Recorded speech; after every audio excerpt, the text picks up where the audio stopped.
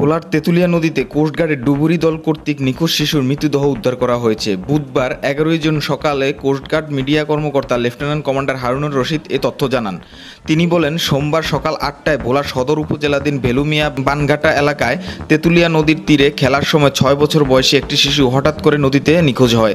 স্থানীয় জনগণ বিষয়টি কোস্টগার্ড বেস ভোলাকে অবহিত করে। পরবর্তীতে অতি দ্রুত কোস্টগার্ডের উদ্ধারকারী দল ঘটনাস্থলে পৌঁছায় এবং সার্চ অ্যান্ড রেস্কিউ অভিযান শুরু করে। অভিযানের দ্বিতীয় দিন মঙ্গলবার সকাল 8টায় পুনরায় তল্লাশি কার্যক্রম শুরু করে। দীর্ঘ অনুসন্ধানের পর 10 জুন 2025 তারিখে বিকাল 5টায় বানঘাটা এলাকার তেঁতুলিয়া নদী থেকে নিখোঁজ শিশুর মরদেহ উদ্ধার করা হয়।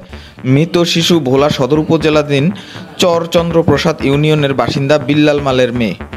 তিনি আরও বলেন, পরবর্তীতে স্থানীয় জনপ্রতিনিধির উপস্থিতিতে উদ্ধারকৃত মরদেহ তার পরিবারের নিকট হস্তান্তর করা হয়।